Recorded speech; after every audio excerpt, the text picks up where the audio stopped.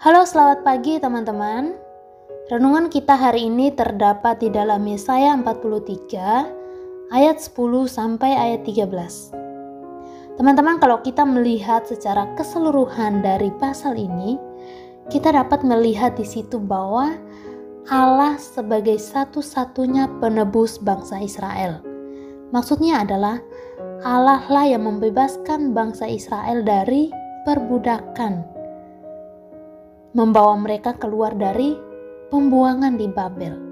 Kemudian di ayat yang ke-10 sampai 13 di situ dikatakan bahwa bangsa Israel yang sudah ditebus, yang sudah dibawa kembali dari pembuangan itu adalah saksi Allah.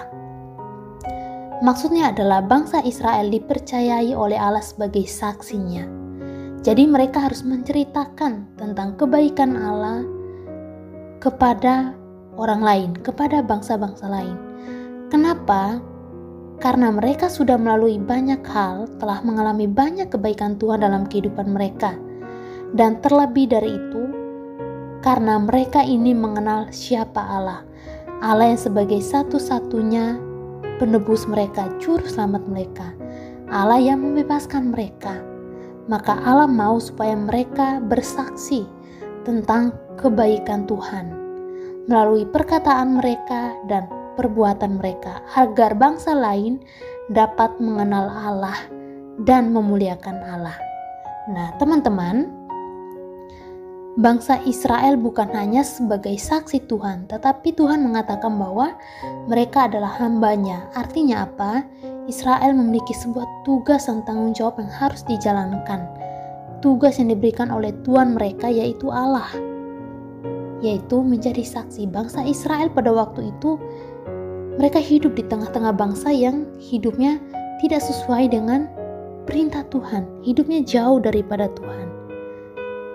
Mereka melakukan hal-hal yang selalu bertentangan dengan kehendak Tuhan. Mereka menyembah berhala, artinya mereka tidak menyembah kepada Allah yang benar. Nah, di situasi seperti itulah Tuhan mau memakai bangsa Israel untuk menjadi saksinya, menjadi alatnya, agar supaya melalui bangsa Israel, bangsa lain dapat mengenal Allah dan hidup benar sesuai dengan kehendak Tuhan. Teman-teman, Allah juga mau memakai kita sebagai saksinya. Dia mau memakai hidup kita untuk menjadi alatnya. Sebagai orang yang sudah merasakan anugerah Tuhan, kasih karunia Tuhan, kita juga harus menjadi saksinya. Harus menjadi alatnya dengan cara apa? Melalui cara hidup kita. Melakukan apa yang sesuai dengan kehendak Tuhan. Seperti tugas dan tanggung jawab yang diberikan kepada bangsa Israel oleh Allah, Tuhan juga menginginkan hal yang sama dari kita, untuk menjadi saksinya, menjadi alatnya.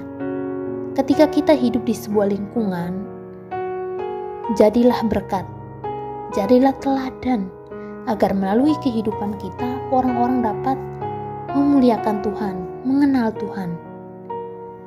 Ketika kita tinggal di tengah-tengah orang yang hidupnya tidak sesuai dengan perintah Tuhan, disitulah Tuhan mau memakai kita untuk menjadi contoh, menjadi teladan bagi orang-orang di sana, agar mereka hidupnya kembali sesuai dengan firman Tuhan.